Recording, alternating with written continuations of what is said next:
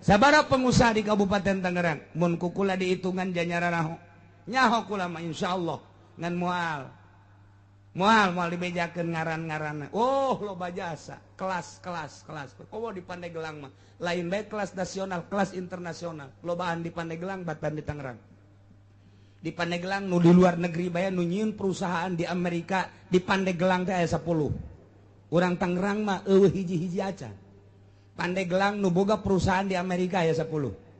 Nu boga perusahaan di Australia aya 5. Urang Pandeglang, Masya Allah. Tapi kadenge ngazakat henteu.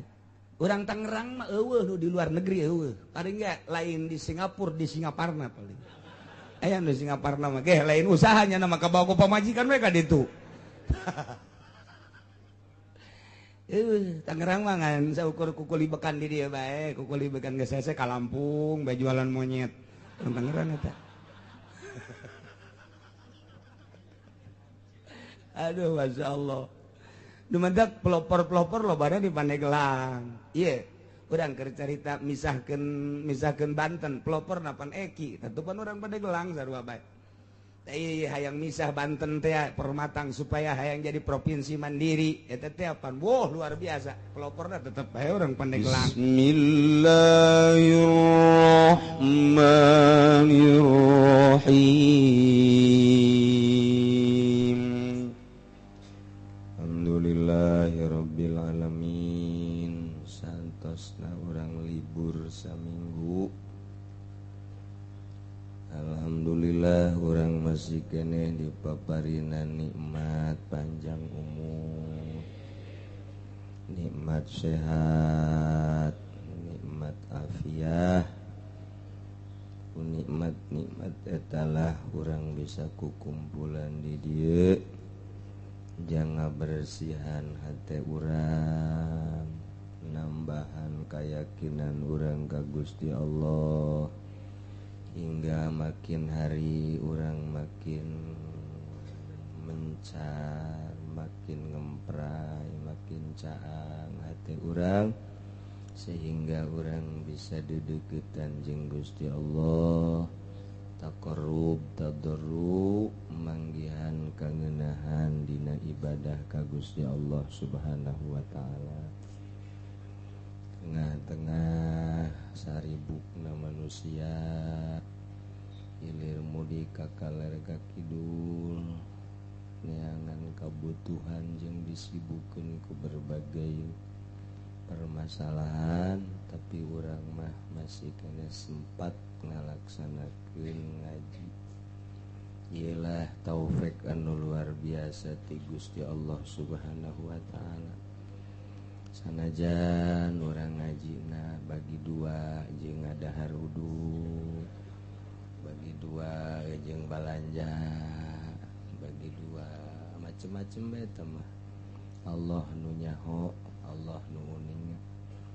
Aya nu pol jasa geus teh mah deuk ngaji bae pokona mah ti imah datang ka dieu neangan tempat anu ngeuneheun langsung reup. Kaganggu-ganggu malah mah teu kudu diudangkeun batur geussan nya mantepkeun we geus teh. Jadi alhamdulillahirabbil alamin, urang kamari geus ibadah puasa kemudian salat Idul Adha ditambahan ku potong kurban. Mudah-mudahan ibadah urang nu kamari ditarima ku Gusti Allah Subhanahu wa taala, sehingga jaga di akhirat urang bisa menikmati hasil ibadah urang.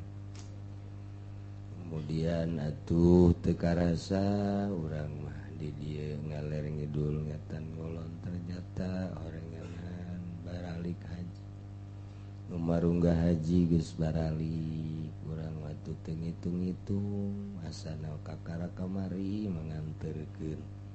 Ternyata geus baralik deui. Urang doakeun nu geus balik mudah-mudahan bisa ngaraksa hajina. Anu can balik mudah-mudahan dibere bisa balik kalawan salamet aya di datang tayunan Gusti Allah Subhanahu wa taala. hese ge ngaraksana melak buah ge melak nama babari tapi embe tah embe kebo di korean koto eta teh hese ngaraksana pepelakat ge kitu keneh urang melak ibadah melak munggah haji mababari sapira 230 juta letik dibandingkeun jeung kanikmatan akhirat urang mengaluarkeun duit boro-boro keur 230 40 juta keur 70 juta na 100 juta na keur plus murah dibandingkeun jeung ridho Allah subhanahu wa ta'ala. Allah geus ridhoeun mah sorga dibikeun ka urang nilean sorga haju bidadari na luar biasa 70 bidadari di dunia ge urang kawin nu gede mah teu mahi 100 200 sajuta samiliar ge aya nu teu mahi kawin teh jelema gede urang mah ku 20-30 juta gedena 50 juta dibere bidadari wallah 70 geus teu kacaritakeun geulisna teu kacaritakeun molekna teu kacaritakeun geus pokona mah indah mentak ge batur manuneuleuk ka ditu geus bebeakan ibadah teh dikorbankeun jangan luhurkeun agama Allah menghayang mendapatkan ridho Allah subhanahu urang mah masih agag-agagan ke ibadah teh masih perhitungan nu di ibadah nu dilaksanakeunana campur nafsu oge di samping eta atuh urang mah masih keneh berat kana dunia untuk lalaunan ku urang bari ditungtun awak urang dikanyahokeun nu sabenerna supaya nyaho nu sabenerna ka Allah teh mun urang nyaho ka Allah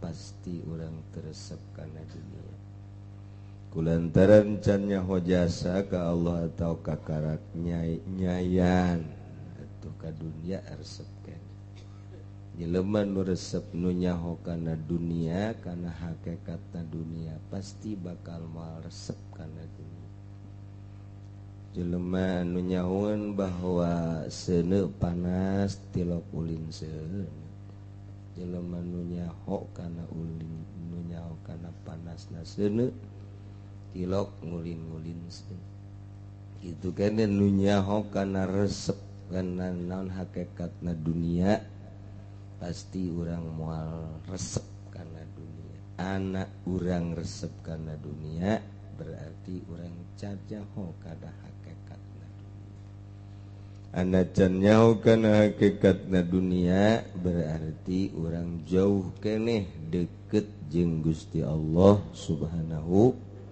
taala mentak can ngerenyet urang nyaritakeun Al-Qur'an nyaritakeun hadis can ngerenyet kakarak datang ke hayang nyaho we sageusna nyaho dipertimbang teu yakin komo kuari mah atuh ieu naon ngaranna hamana loba jasa mentak lantaran atuh urang nati Allah nyuhunkeun ka Gusti Allah hidayah gajanu Allah urang penta ka Gusti Allah rizki nu Allah urang penta ka Gusti Allah sehat nu Allah jag-jag nu Allah ilmu nu Allah segala rupa nu Allah geus urang bersandar ulah ka sasaha iwalti ka Gusti Allah subhanahu urang dibere sehat ku Gusti Allah dibere sugih ku Gusti Allah dibere susah ku Gusti Allah ai dibere sugih mana mah barang dibere susah kos lainang Allah teu nemah urang mun Allah kadeuleu asana dihajar Gusti Allah dihajar ku urang sia ka aing mah susah bae antak hadena Allah teu kadeuleu mun Allah ngabungkeun ka deuleu asada urang Cikupa demo kabeh ka Allah. Kantak tetep Allah mah maha suci, Allah subhanahu mutlak kumaha Allah.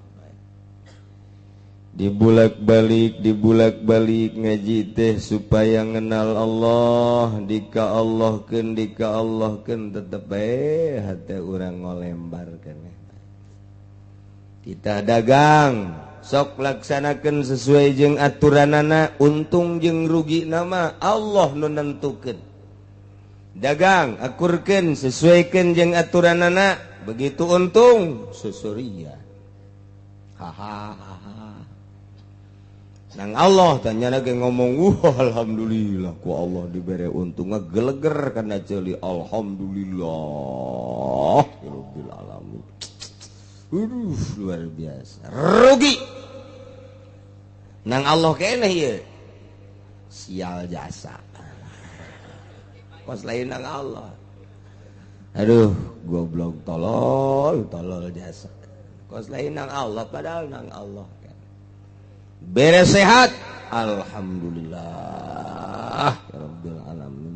Mantap jasa Allah, barahan jasa narasa. Dibere gering, goblok jasa goblok, sial jasa. Kos lain nang Allah. Jadi kabeh dia menang. Orang lamun ditanya mah gitu. Hirup nang sa, nang Allah. Sehat, nang Allah. Gering, nang Allah. Kabeh ngomong mah bisa lantaran ngaji, begitu praktek nah eta kakarak hese jasa.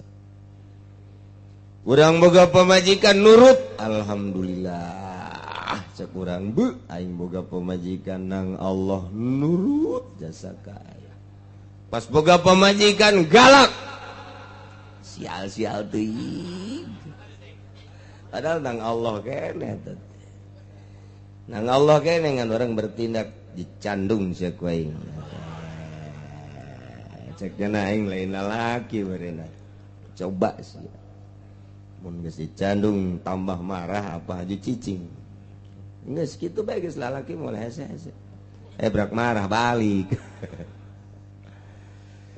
Masya Allah nah ieu ibadah ka Gusti Allah urang moal sampurna.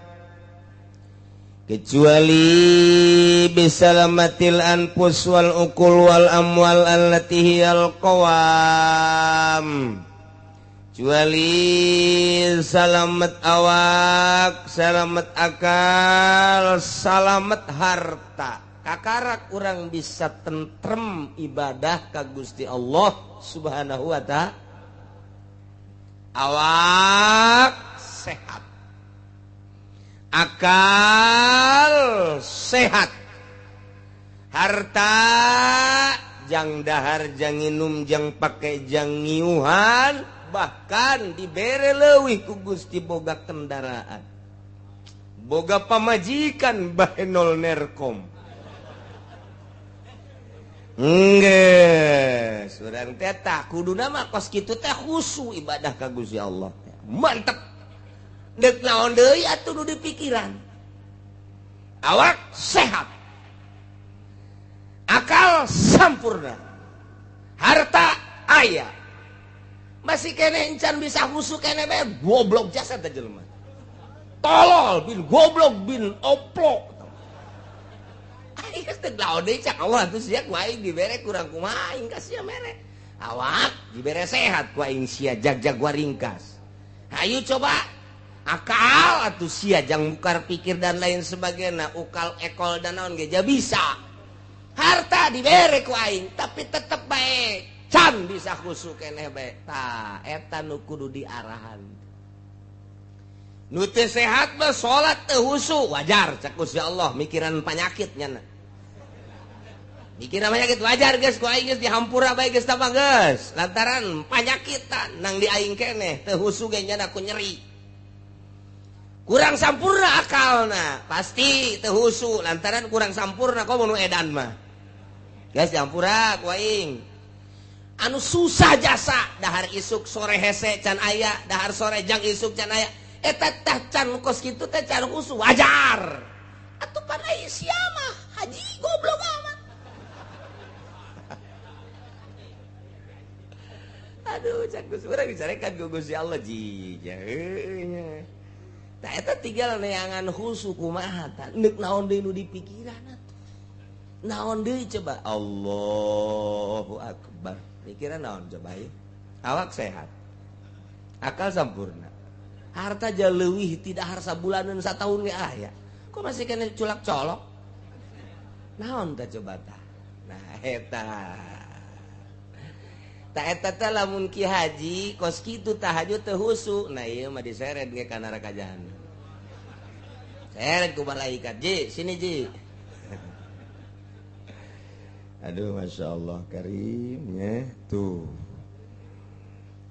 wal ibadatu la yatimul maqsudu biha illa bisalamatil anfus wal uqul wal amwal allati hiyal qawam etalah nutilu etalah kajejegan manusia nu mantak timbullah di dinya sababaraha poin hiji Allah ngaharamkeun ngabunuh jelema mukmin fa harramallahu ta'ala qatlal mu'min wal muahid bi ghairi haqqin Allah ngaharamkeun ngabunuh mukmin ngabunuh kafir muahad atau muahid tanpa aya hak lantaran ieu bakal ngarusak tatanan pan awak teh ya kudu sampurna supaya ibadah mantep geus kuari urang kudu bisa nyampurnakeun awak urang heula tata awak urang jang ibadah supaya sehat perlu ngadahar susu perlu uduk ieu jang ibadah ieu maksudna jang ibadah awak jas ieu mah sadar lamun teu ngadahar uduk teh leuleus geus dibawa heula ku urang awak urang ka tukang uduk hah sia jeung jengkol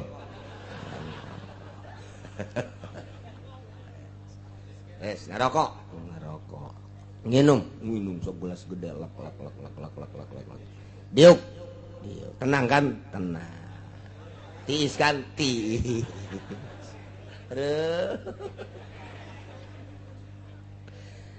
cak malaikat dan cerita tadi jangan ibadah jadi mah jangan ngees juga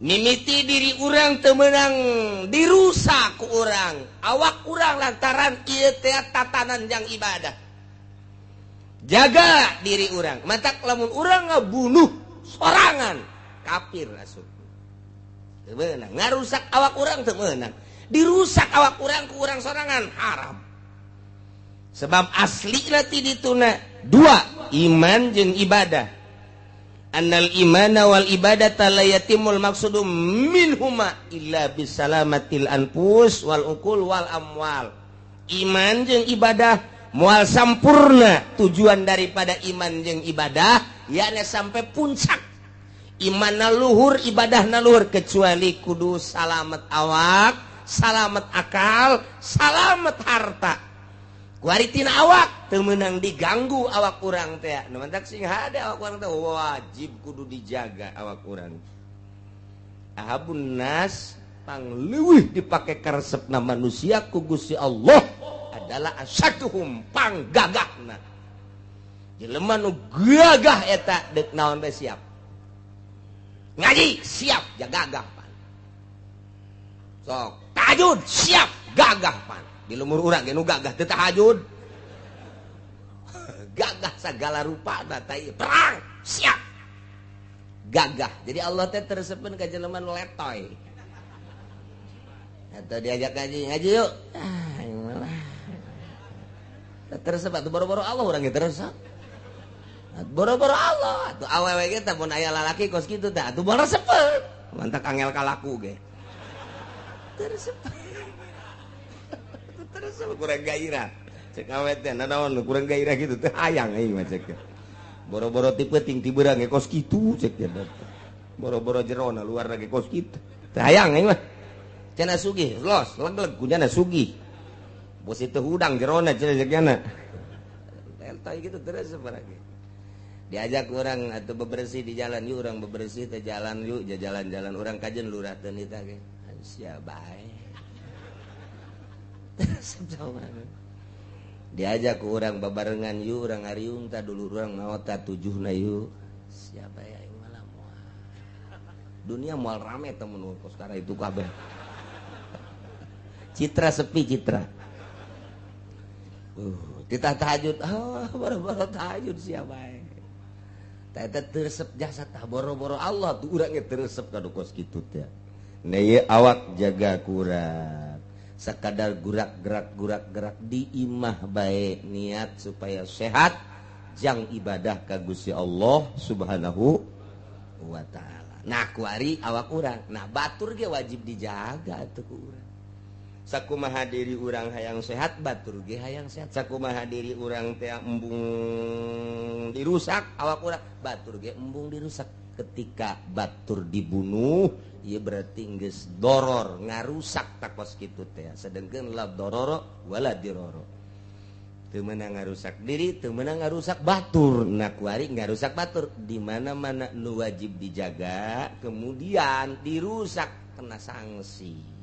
Tah ieu urang keur nyaritakeun sanksi-sanksi ngaranna qisas walakum fil qisasi hayatu ya ulil hiji Gusti Allah teh ngaharamkeun ngabunuh jelema mukmin lantaran ngarusak tatanan awak. Di samping ngabunuh teh neunggel sebab ieu adalah kembang-kembang pembunuhan. Kitu keneh menganiaya sebab menganiaya eta adalah kembang pembunuhan. Anu mengarah kana pembunuhan baik darbu jarhu qatul atrab zalim dan lain sebagainya lantaran ieu yufdi ilal qatli haram. Ngan aya nu wajib dipaehan lantaran ieu teh ngarusak tatanan agama Islam. Hiji kafir harobi kafir anu ndek merangan Islam wajib dipaehan lantaran kusabab dipaehan jelema kafir eta agama jadi langgeng agama jadi luhur kamadaratan agama teh jadi tumbang lamun eta kafir harobi dipaehan wajib maehan kafir harobi kafir nu merangan terhadap mukmin. Nomor kedua wajib dipaehan sanajan agamana Islam jelema nu zina zina muhson. Nah ieu jelema zina muhson sanajan agamana mukmin wajib dipaehan zajron an hadhil mafsadat lantaran ieu engke kabahayaan timbul ku ayana perzinahan paehan lamun ku urang dilaksanakeun dan nu zina dipaehan asana sabelah pasar kemis modar kabeh belah pasar kemis termasuk aki-aki gen zina modar geus. Sabelah pasar kemis lah pokokna mah. Di pasar kemis ka Kulon. Di pasar kemis ka Cilongok aman.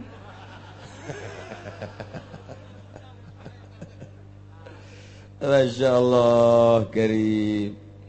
Kemudian lumayan ngahaja paehan deui kisos lantaran ngarusak tatanan. Nah ieulah hasil daripada ayat walakum fil qisasi hayatu ya ulil albabil la'allakum tattaqun.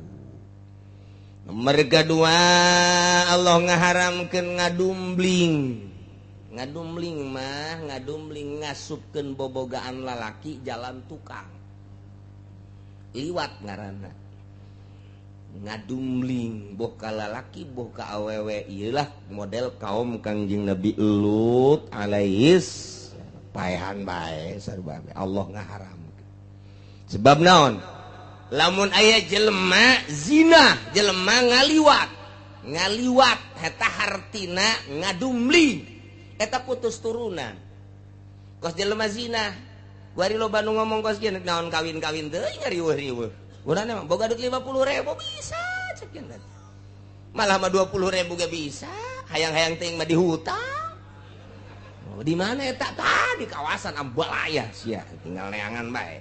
Di kawasan mana di Pasar Kemis loba jasa. Di Puri ge aya. Aslina mah di Citra. Eta asli nama di dinya tah. Mucikarina aya di dinya tah. Tah eta teh ngeuweuhkeun turunan jelema lamun zina. Nah itu sepira meuli beres balik, meuli beres balik geus. Teu boga turunan. Kitu kene ngadumling jalan tukang rek lalaki rek awewe tuh haram bae. Tah eta ngeuweuhkeun turunan. Bunuh jelema nu kos kitu. Haram. Hukumna masyaallah Allah ngaharamkeun zina lantaran ngeuweukeun turunan dina ayana turunan ketea lain turunan asli jadi ikhtilat. Ikhtilat teh campur antara turunan nu asli jeung nu teu asli. Kadituna bakal acak-acakan. Engkena resepna nonton TV, mamawa HP. Eta lah geus teu paruguh nyiku. Kah keturun deui ka anakna zina deui naudzubillah min zalik wa min zalik. Kulantaran akal kudu dijaga teu meunang dirusak atuh akal teh. Ketika akal dirusak ku mabok misalna na ieu ge kudu dijilid amankeun ku pamarentah. Ketika harta wajib dijaga mun aya pamalingan bopotong sakieu. Iyalah sanksi. Jadi nu wajib dijaga hiji awak, nomor kedua akal, nomor katilu harta wajib dijaga ku urang. Mantak urang mempertahankan harta urang, gelut urang, paeh urang syahid bae sarua bae. Sebab wajib dijaga. Urang mawa pemajikan, kemudian pemajikan urang direbut batur, urang cicing bae, tolol. Ulah-ulah cak Allah cak pamajikan urang ge ka, atuh tolol teuing kakak. Cak pamajikan urang ge tolol, cak Allah ge sarua. Tetep bae. Urang ketika pemajikan urang aya nu noel, goblok sia. Tual-toel ke pemajikan aing. Mana pemajikan sia? Toel deui ku aing. Pak, tambahin toel-toelan tungtung nama. Dah, ketika pemajikan orang direbut, pertahankan ku urang sekuat tenaga urang mempertahankan harta, mempertahankan pemajikan wajib hukum. Tah komo mempertahankan awak urangnya. Nah ieu urang keur nyaritakeun kisos lantaran wajib dijaga. Diri urang wajib dijaga, batur dia wajib. Ketika dirusak ku urang kena sanksi. Ke sanksi-sanksina bakal dicaritakeun setelah bab ieu. Yema selanjutna walau kasaro adudahu lamun Ki Zaid ngancurkeun pepeteuyan Ki Umar. Ki Zaid status nama jeni bimanal jani jelema anu ngarusak kana pepeteuyan majnaleh yane Ki Umar. Ki Umar pepeteuyanana teh dirusak ku Ki Zaid. Ieu pepeteuyan ngaranna ieu. Ieu pepeteuyan, ieu sikut, ieu tak-tak, ieu ngaranna sandi. Ieu ku ngaranna pinggeulang. Tah kos kitu. Ieu pepeteuyan. Sidina Umar mah pepeteuyanna mun dicekel dikiekeun teu kacekel. Kitu gude Sidina Umar. Mantak setan geus yeun ka Sidina Umar. Setan liwat Sidina Umar embungeun setan. Ngaprik setan. Sieun ka Sidina Umar. Masya Allah. Ka urang mah itu Ki Haji nah cak setan. Iya. Coba ku aing Ki Haji. Cak babaturan setan teh ulah di gua tah mah geus kolot. Ih, siapa tahu makanan gua nih. Nek na makan naon cak batur setan teh ngagodana si Mbak. Malekon geus kolot kitu mah nya nama peureum. Coba. Mulai si Mbak diasupan ku setan. Setan liwat ka Ki Haji nu geus kolot umur 70 tahun teh. Setan noel ka matana. Lihat dong. Dideule ku Ki Haji teh wes ija putih teh mah. Pasti mah Lampung kajen ku kumaha ge. Aduh. Dideule tuh. biasa ber malah mah ditanya Mbak kemana aduh kata aki-aki nanya deh Masya Allah ngeki mau kesini ke depan nih dianterin mau iji tolol jasa aki-aki di Cikupa blon ya Rabbi atuh aja si Mbak lagi atuh boleh aja sih ya Allah ai si Mbak mah lumayan ceknya lah daripada ngongkos jadi bonceng ku si aki-aki tuh direm punya anak adek nah cek setan nusa urang ya bisaan sih atuh aing teh kaliber pada aing mah saya lagi ngobrol setan jeung setan ge teh kos kitu tah tuh kan teh aki-aki teh ih ulah eta mah sok ngaji ih ngaji tinggal ngaji cek dan teh sabiraha ngajina saukur diuk doangnya nama tuh tapi coba nu itu tuh Ki Haji kene moal bisa tah mah cek baturan coba itu mah geus mantep tah mah imanna datang si embatet ngabali ya sabelah neuleuh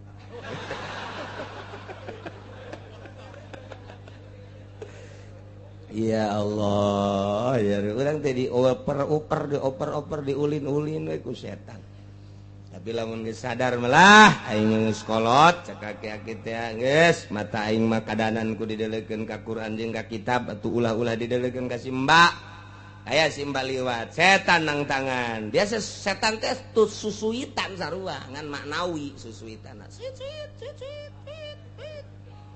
ah sayang cek si aki teh moal aing mah haram as cek saurang kuat oge nya meureun bae sia ngagodanan jorek coba nu geulis sok geulis datang geus lah sayang kolot aing mah moal haram singsakeun habek ku setan disingsakeun di herang amat setan bisa biasa entek cek ulah bagus karolot bangis lah ulah loba ka mana cicing bae di imah geus nungguan paeh bae geus heuh kudu boga pikiran nungguan paeh diuk bae di imah teh cek ninina keron teh diuk bae nungguan paeh aduh cek ninina teh kakarakku ngaji 2 kali ge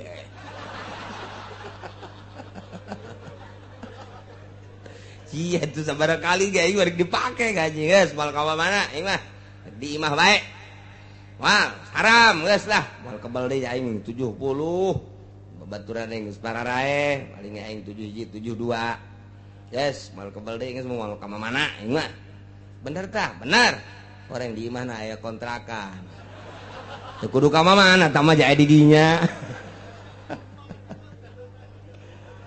aduh harere sejasa orang ngajaga mata ieu Gusti nu agung Masya Allah mentak aya Sayyidina Utsman kadatangan ku sahabat Sayyidina Utsman bendu bareng bendu ngomong nyana ka sahabat maneh zina tadi di jalan ya Allah pan di urang mah teh zina teh zina sekali 2 kali ngomong ka si iraha abi zina tadi di jalan leuleuk awewe kanyahoan tak ku Sayyidina Utsman mah dibukakeun hijab Masya Allah tanya maneh bahwa mata ge termasuk kana zina hukumna lamun dideulekeun ka barang haram ngan nyana mah eta kaget bae Sayyidina Utsman na di imahnya na di jalan jauh keneh ka imah Sayyidina Utsman aya awewe liwat kadeuleuk ku nyana beungeutna dideulekeun ta eta teh kanyahoan ku Sayyidina Utsman ya Allah ya Rabbi lain leutik-leutik jelema Sayyidina Utsman datang ke batur di jalan deuk ka imahnya na neuleuh awewe kuat kanyahoan ya Allah ya Rabbi lamun kiai kuari kanyaho-nyaho kos kitu atuh ambala aya tah mah kabeh karari itu ja deuk datang ka imah kiai teh naik mobil lah culak cileuk bae pande mobil teh di bagus apa teh budak di bagus apa teh budak waduh urang mana nya ai datang ka imah kiai mah rapi biasa maka samping maka kopea pugu tadi di jalan mata zina ya Allah ya Rabbi kuari mah pokona mah asal lempang pasti manggi asal lempang pasti manggi geus bagus basa korodong lalaki ge bolongan setik be. Aduh, geus kubatu ja awewe na kuari terbuka, lalaki kuari nu kudu nutup. Etalah Syekh Nawawi Tanara. Mun awewe wajib sakorodong, lalaki aman. Kuari di Indonesia nyana nyaritakeun di Indonesia orang Indonesia awewe na teh sakorodong kurang na kudu nutup diri. Aduh, Masya Allah, hararese nya ieu urang hirup hayang menang ridho Allah Subhanahu saetik perbaiki mata urang. Ieu mah neruskeun nu kamari bahwa urang hirup salila di dunia teh wajib diparentah amar ma'ruf nahi munkar.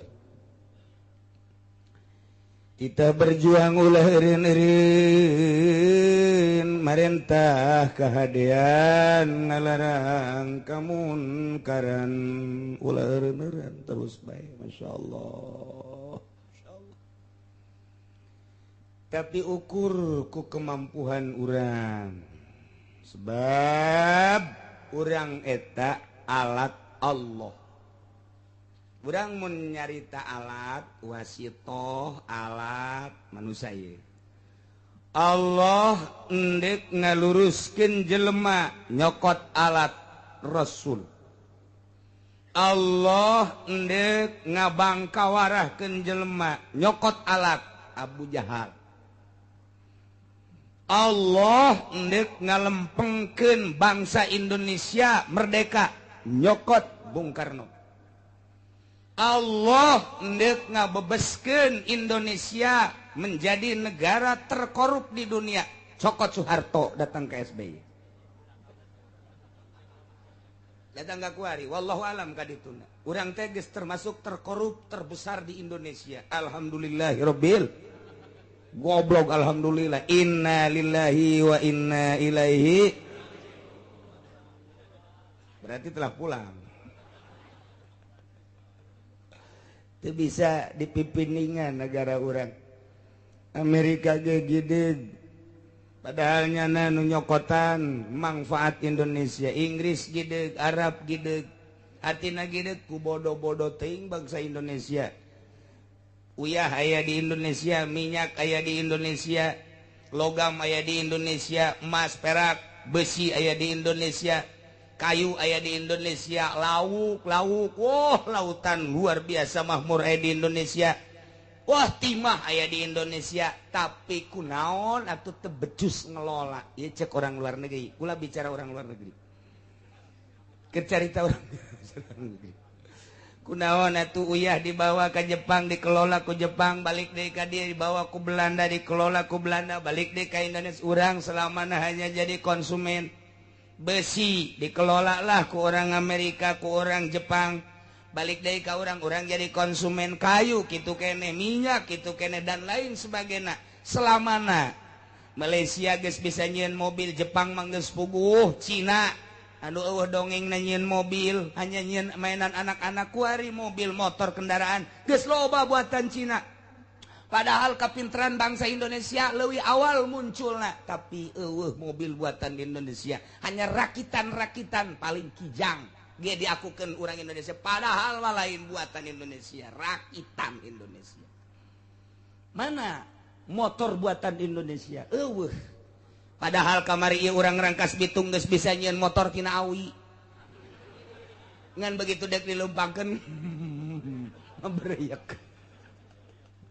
Di Denden di Jogja aya di Jogja tina awi motor masya Allah ngan dipajang doang. Mesinan dek kumanyin mesin atuh dek pakai balap kumaha acak-acakan atuh aya, tapi di museumkeun motor buatan orang Rangkas Bitung taya tina awi tina kayu sarua bae mau mobilan dan lain sebagainya. Tapi ieu lain lalagaan Indonesia teh bisaeun mun nyieun kendaraan, tapi geuningan.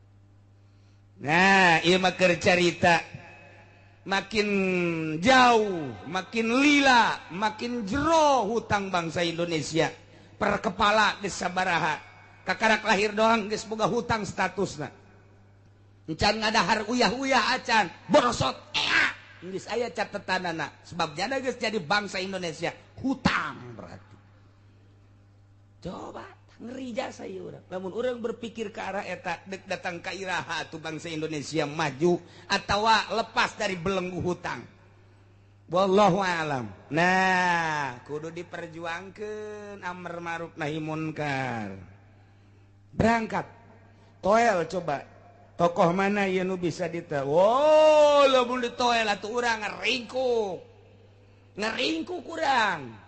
Mal bisa maju atau orang dakwah orang stop kekuatanana orang can kuat sebab alat-alat eta diukur ke kekuatanana urang dek mantek kayu ieu pahatna mantek awi ieu pahatna dek mantek besi ieu pahatna ragaji naga ragaji kayu mah ieu ragaji awi mah ieu ragaji besi mah ieu jadi alat eta disesuaikan nah Allah teh dekjeun kamahmuran, kalurusan, kajujuran pasti Allah ngadatangkeun alat seorang manusia anu super jang ngabentangkeun tentang hukum jeung amar ma'ruf nahi munkar encan aya ku ari teh Allah bae can menghendaki sebab alat teh can aya kakarak boga Gus Dur doang Gus Dur teh alat anu canggih kakarak ngabor doang geus dipileukeun ka alat enggeus bae ku ari wassalam beres Gus Dur lumayan sabaraha departemen nukunyana di beresan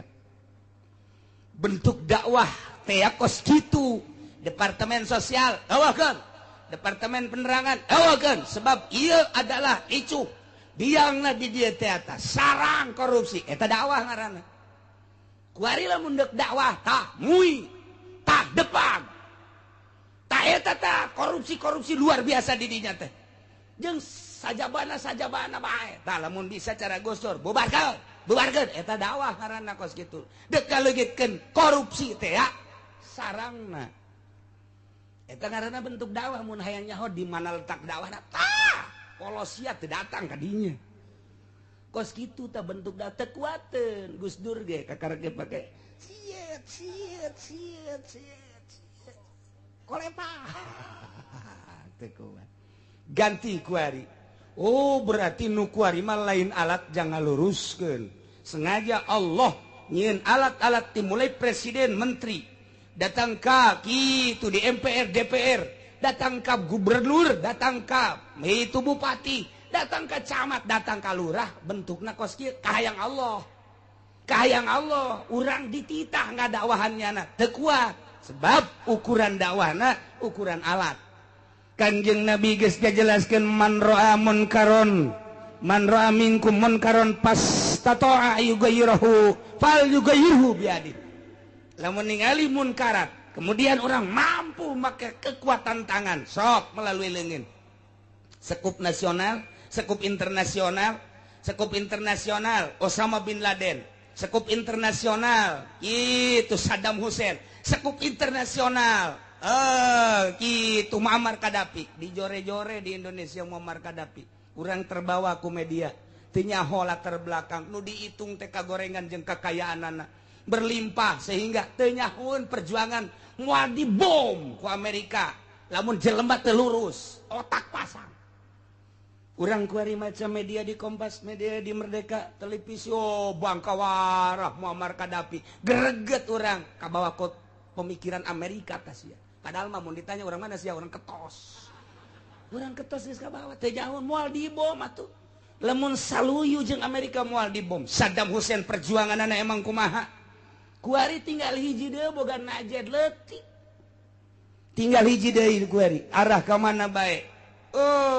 geus ditingker ku Amerika sebab nyanalah anu keur dakwah sabilillah nu keur dakwah ngembangkeun agama nu keur dakwah dek ngahancurkeun munkarat Amerika tidak senang siapapun tetap bunuh Gus Dur teh dibunuhna lain ku sasaha ku Amerika melalui tangan Amin Rais gitu cara ngabunuhna karir teh dibunuh teh di Indonesia lamun teu akur jeung Amerika eureunana SBY eureunana ieu datang ka dua periode akur jeung kahayang Amerika bobolan nu bagi dua jeung aing bobolanu bagi dua jeung aing.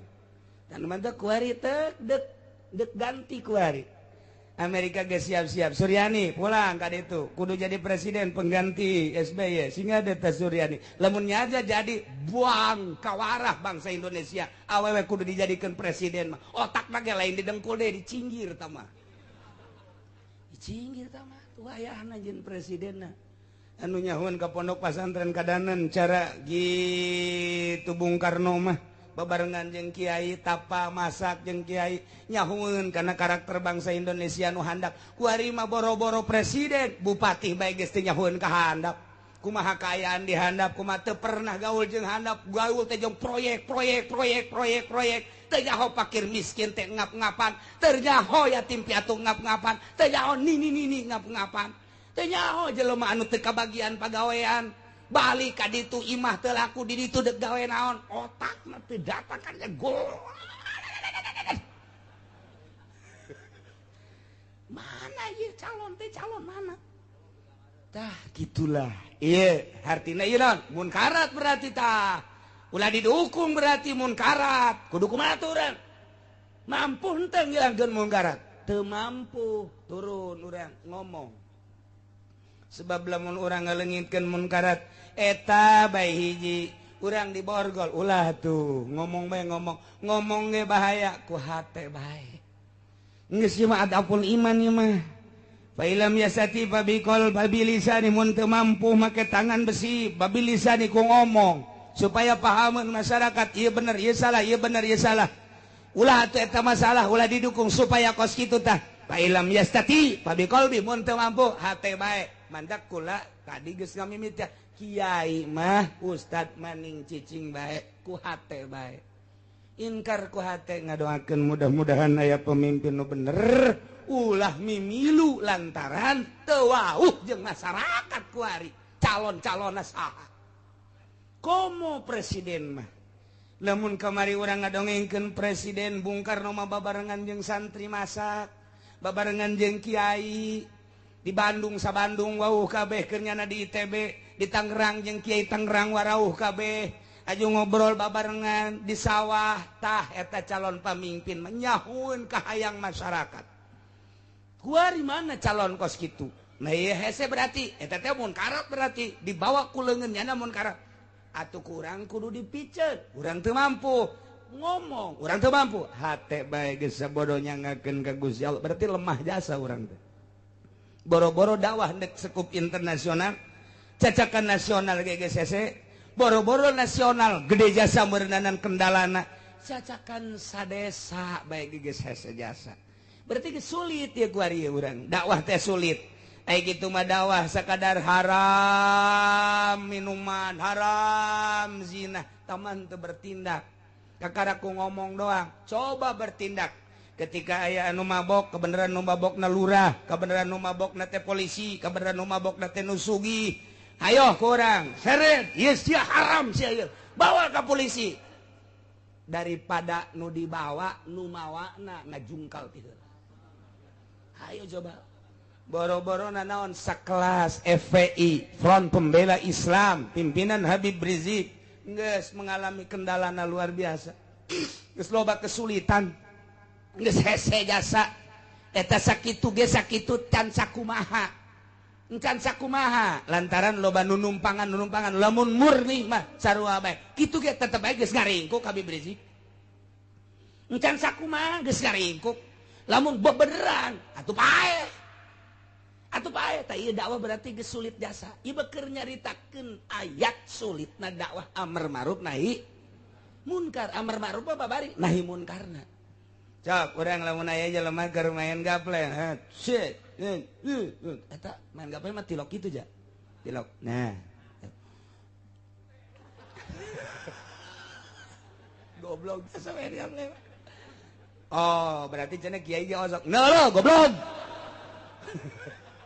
nulis iya teh kos kitu tah urang kuari bawa ka imah ulah geus ka pengadilan polisi mah ka pengadilan negeri mah jaharada teh bawa ka imah bae urang di dawahan Pak atau tukang beca ieu waduh ulah sok main-main ieu teh haram ieu judi kos kieu teh maraka ieu teh kurang di dawahan tuh maningan boga duit mah pake pemajikan bungakeun pemajikan beli beas beli lalau daripada pakai judi kos paling ngejak tukang beca teh ya naon ya kiai naon ya sadal beca kan ya di kahulu kiai kan ya kahulu kiai ya ulah loba omong kiai sia-sia aing mah kiai bae ka sorga malos rombongan kiai ka sorga kami rombongan tukang beca rombongan lurah, rombongan polisi nusuk mararabok, kami guys, bagi dua guys, daripada nyana nurut endahan babagi surga jeung neraka.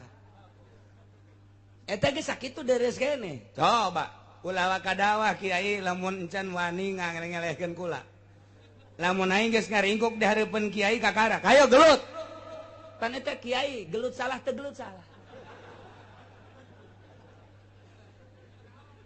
Gelut salah teh gelut aing eleh mah moal kiai mah dongengna kiai eleh emang kumaha gitu ya teh emang kumaha sapira tukang beca hiji kelemahan tukang beca teh begitu urang set ditangkep punya langketek ieu geus pamungkas terus bae urang langketek sia ayo urang ditikam ayeuna sia moal kuat teh di langketek mah golepak karak sia eleh kiai mah kajen sedangkan ieu geus make hizib ya emang kumaha gitu ulah lalawora memeh jadi kiai teh wiridan heula weh komo urang Cisoka mah jadi kiai henteu gelut bae pan masyaallah lain jang jawara boga permainan teh jang besi aya Belanda asup deui ka Indonesia sakitu doang mentek kiai wariri dan sogoro hizib segala naon atuh kiai mah ngajotos teh teu kudu jeung jelem teu kudu di hareupeun ukuran 1 kilometer si anu dijotos di dia dek atuh ujianana meunang atuh ai kenapa can puguh hiji. Nah, iya cerita dakwah sulit luar biasa. Nah, kuari tetep aja dititah sekemampuan orang. Geus hese lah nyaritakeun korupsi mah hese tasa. Dakwah ngadawahan supaya eureun korupsi hese jasa. Lantaran geus kabeh teh mah korupsi mah. Kuari eta nu mabok hese ngan saukur ngomong bae muludan rajaban pengajian nusina hese terus kabladina hese jasa hese.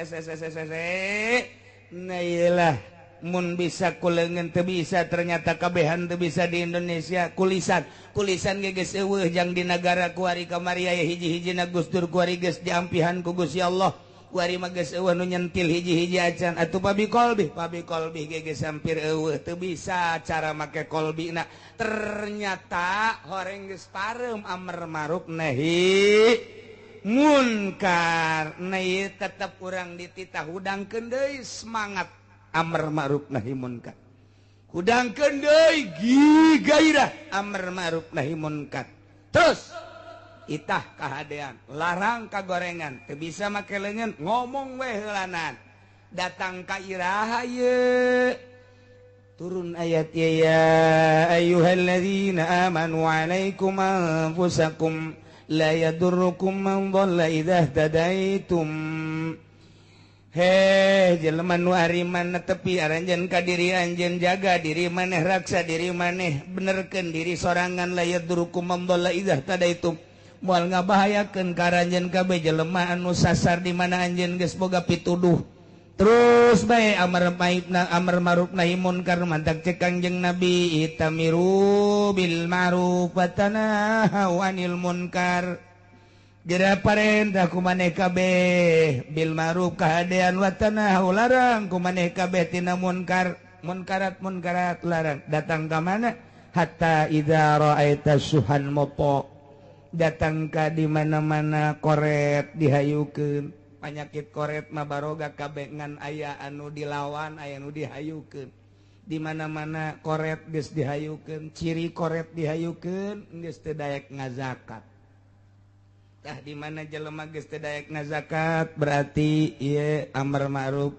geus rada kudu di geus teu kuat berarti kuari sabaraha nu sugih di Tangerang Kabupaten Tangerang sakabupaten Tangerang bae heulanan sabaraha nu sugih ulah sakabupaten Tangerang sakecamatan Pasar Kemis anu nilai geus nisab zakat mun pare geus aya 1 ton lamun ayeuna kitu dagang geus boga 100 gramen ta eta teh sabaraha di Kecamatan Pasar Kemis apa aya nu ngaluarkeun zakat atau sabaraha persen nu ngazakat dina ngazakatna ge hartana teh aya meureun 10 miliar nah tapi nu dikaluarkeun paring ge 1 juta 2 juta 10 juta teh sesuai ieu sukun muto geus jadinya geus harapan dakwah maka jeung kumaha ge kos kitu tapi dakwah mah dakwah pengen dikurangi sebab geus eueuh nanaonan teu dakwah pejabat sabaraha nu kaya tapi aya kadenge ngazakat bupati aya pernah ngadengekeun ngazakat henteu kaya perusahaanna loba anakna luar biasa kadenge ngazakat teu pernah saeutik-eutik acan ngadenge ngazakat berarti geus teu kuat ya urang dakwah ya geus teu kuat wakilna atuh wakilna ge sugih kadenge ngazakat henteu pernah kadenge eta cenah merean lain zakat sogok cogok teh mah nu kos kitu mal kebal nyogok deui bakal sing hade bujur ustad kasogok sing hade sakedeung deui bakal kararimbul sing hade siap bujur besi kasogok ancul-anculan sia nah zakat ieu mah keur carita sabaraha pengusaha di Kabupaten Tangerang mun kukula dihitungan janyara naho nyaho kula mah insyaallah ngan moal dibejakeun ngaran-ngaranna loba jasa kelas komo di Pandeglang mah lain bae kelas nasional kelas internasional lobaan di Pandeglang batan di Tangerang di Pandeglang nu di luar negeri bae nu nyieun perusahaan di Amerika di Pandeglang teh aya 10 urang Tangerang mah eueuh hiji-hiji acan Pandeglang nu boga perusahaan di Amerika aya 10 nu boga perusahaan di Australia aya 5 urang Pandeglang Masya Allah tapi kadenge ngazakat henteu urang Tangerang mah eueuh nu di luar negeri eueuh paling ge lain di Singapura di Singaparna paling aya nu Singaparna mah ge lain usahanya nama kabawa ku pamajikan we ka ditu Tangerang mah ngan saukur kukulibekan di dieu bae kukulibekan geus hese ka Lampung bae jualan monyet Tangerang eta aduh masyaallah dumadak pelopor-pelopor lobana di Pandeglang iya urang keur carita misahkeun Banten pelopor napan Eki tatupan urang Pandeglang sarua bae teh hayang misah Banten teh permatang supaya hayang jadi provinsi mandiri eta teh apan luar biasa peloporna tetep bae urang Pandeglang urang Tangerang mah henteu nah iya tapi Tangerang boga sejarah sebab Tangerang mah Tikoro cak almarhum Kiai Ahmad nah Tikoro ai Tikoro mah kabeh ge kudu melalui Tangerang bae asa ulah kepelag bae teh Tikoro tah masyaallah nih suhun muto nomor kedua hawan mutbah hawa anu dituturkeun dianutkeun ai hawa mah kabeh ge boga ngan aya nu diperangan aya nu dituturkeun ku ari ngahayukeun hawa hampir kabeh nomor katilu dunian mosaratan dunia anu dipilih nu diheulakeun anu diutamakeun akhirat dikatukangkeun pembangunan dunia mah terus bae pembangunan akhirat mah henteu mental dunia mah terus bae mental akhirat mah terteu hanya sebagian kecil anu ngabangun mental jang akhirat hanya pondok pesantren di luar pondok pesantren mah geus hampir eueuh pembangunan mental jang ka akhirat nah ku ayana sakitu ieu geus menciut berarti mengkerucut amar ma'ruf nahi munkar terakhir ijabu kulli dzira'in birayih ngagungkeun nganehkeun ngaujubkeun setiap jelema nu boga pendapat jelema nu boga kitu pemikir dengan pemikiranna sorangan tanpa disurtir tanpa difilter tanpa dimusyawarahkeun asa aing bae pinter asa aing bae hebat asa aing bae sagala rupa ge insinyur asa aing bae dokter andas asa aing bae kiai asa aing bae tanpa dimusyawarahkeun asal geus kos kitu geus dakwah teh geus moal kuat kajen kumaha ge nah ieu geus aya kabeh palaika nafsaka di mana-mana nafsu non koret geus dituturkeun hartina nuturkeun koret teh daek ngazakat teh daek sosial nomor kadua nuturkeun hawa nafsu terus bae ancul-anculan nomor katilu nuturkeun dunia ngaheulakeun dunia mandirikeun akhirat nomor kaopatna ngahebatkeun diri ngaistimewakeun diri tanpa aya konfirmasi jeung batur nah ieu mah dakwah geus datang ka dinya dirampingkeun fa'alaika nafsaka kuari mamaningan bebener diri baik kuari geus maning masing-masing orang mengaji ka masjid ka imah ngaji ka masjid ka imah kok bisa gitu cenah kiai coba dakwahan coba dakwahan ahli partai coba dakwahan tek ceuli datang ke rikes ceuli datang ke nyengkleh ceuli moal bisa didakwah moal bisa didakwahan bener moal pasti itu bener baik kuari ayeuna calon pilgub calon pilkada calon cok urang dakwahan moal bisa calon presiden dakwahan moal ana moal bisa moal aya mangpaatna atuh maningan diri urang bae ulah kabawa caah ka ditu supaya urang beres sebab moal aya nu bisa didakwahan dirampingkeun ku urang geus turunlah ayat ieu ceurik Sayyidina Abu Bakar Siddiq ketika turun ayat ieu lantaran berarti geus sulit jasa jaga di akhir zaman ketika manusia geus ngamalkeun ayat ieu berarti dakwah geus eueuh harpat ceurik Sayyidina Abu Bakar Siddiq ceurik ditaranya ku sahabat kunaon Sina Abu Bakar cerik jelema pasti bakal ngaramalkeun ayat ieu di akhir zaman sebab geus hese dakwah boro-boro ngadakwahan nu gede boro-boro ngadawahan nu gagah boro-boro ngadakwahan di keluarga ge asana geus hese jasa ngadawahan pemajikan geus hese ngadawahan anak geus hese ngadawahan dulur geus hese geus hese dakwah bae pokona mah tah ieu kuari nu dakwah mimbar lain dakwah tah mah hayang kabeuli sekupi lain dakwah ngan deureus keneh aya keneh deureus keneh aya nu daekeun keneh engke maka ditun geus sararang lantaran geus mangpaatna nah yang geus diamalkeun ayat ya ayyuhalladzina amanu alaikum anfusakum la yadurrukum man dhalla idza tadaitum berarti kembali ka diri sorangan ngabebener diri bae lah geus kuari mah geus bae maningan ngabebener diri isuk-isuk ka subuh mandi